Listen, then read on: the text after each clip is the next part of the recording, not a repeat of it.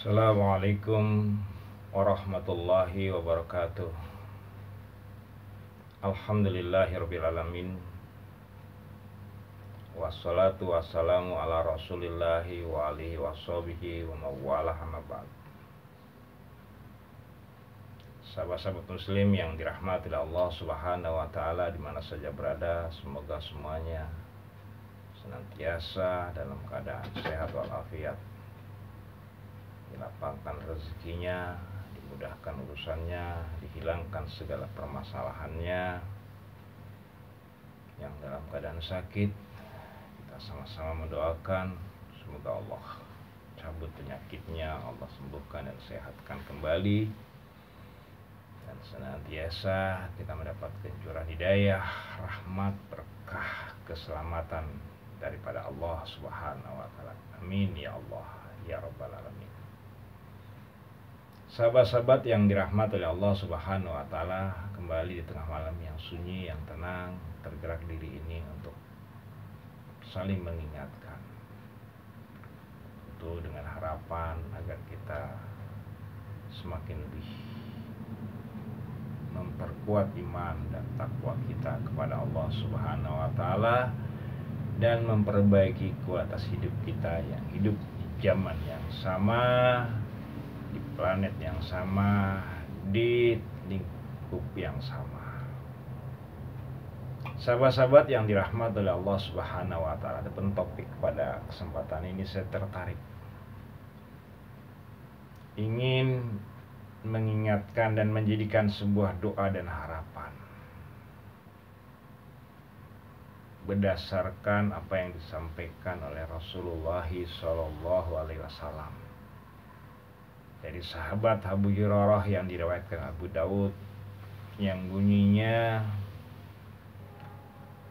Innallaha yab'atsu li hadzal ummah ra'sin kulli mi'atin sanah man yujaddidu lahadinaha. Artinya, sesungguhnya Allah mengutus untuk umat ini atau Islam setiap 100 tahun orang-orang yang akan memperbarui agama atau keadaan umat ini. Sahabat-sahabat yang dirahmati oleh Allah Subhanahu wa taala,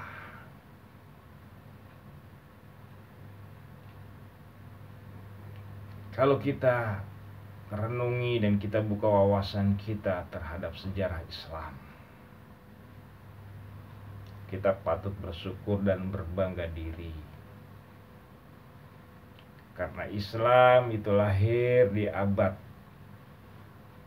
ke-6, karena di abad ke-5 baru lahirnya Rasulullah pada 571 Masehi. Barulah kemudian 40 tahun baru lahir turunnya cahaya Allah dengan peristiwa di Gua Hira. Itu titik awal Rasulullah mulai bergerak untuk memberikan pencerahan dan perbaikan terhadap umat manusia di seluruh dunia, yang dimulai terhadap saudara sebangsanya yaitu kaum Quraisy di kota Mekah. Berarti itu terjadi pada tahun 611 Masehi. 13 tahun pertama dimulai dengan berbagai macam kesulitan dan sedikit sekali perkembangan dan pertumbuhannya, dan bahkan hampir gagal hingga terusir dari kota Mekah, hingga berpindahlah hijrah ke kota Madinah. Dan barulah di kota Madinah banyak sekali terjadi perkembangan yang besar, kemajuan yang pesat selama 10 tahun. Barulah Islam berhasil menguasai kota Mekah dan kota Madinah. Artinya terjadilah sebuah kemerdekaan bagi bangsa Arab, khususnya kaum Hijaz ke Madinah, Mekah dan Madinah yang terjajah dengan pemahaman-pemahaman yang buruk yang disebarkan oleh kaum bangsa Yahudi dan Nasrani, yang dengan panggilan halus, dengan panggilan ya ahlal kitab, sahabat-sahabat yang dirahmati Allah Subhanahu wa taala. Berarti pada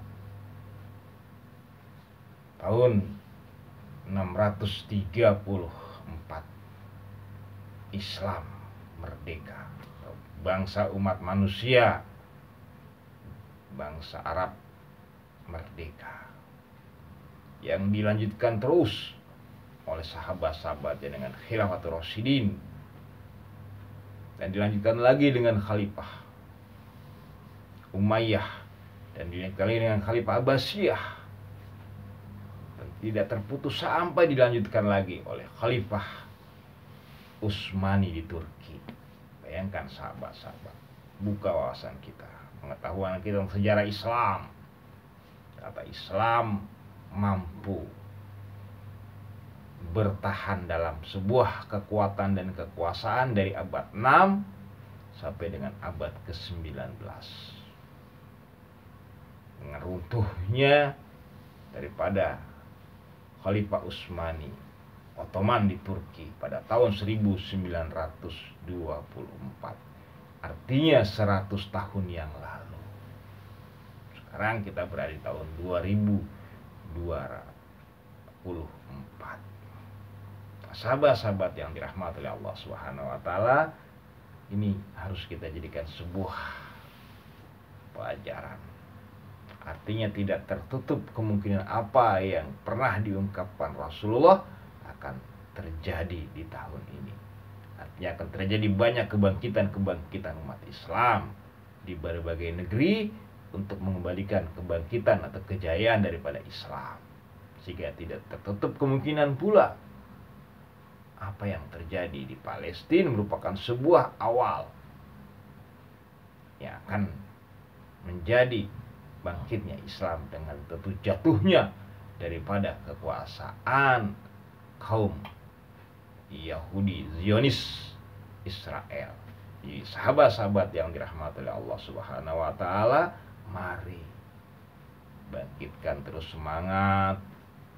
Mudah-mudahan apa yang dijanjikan dan diungkapkan oleh Rasulullah itu terbukti,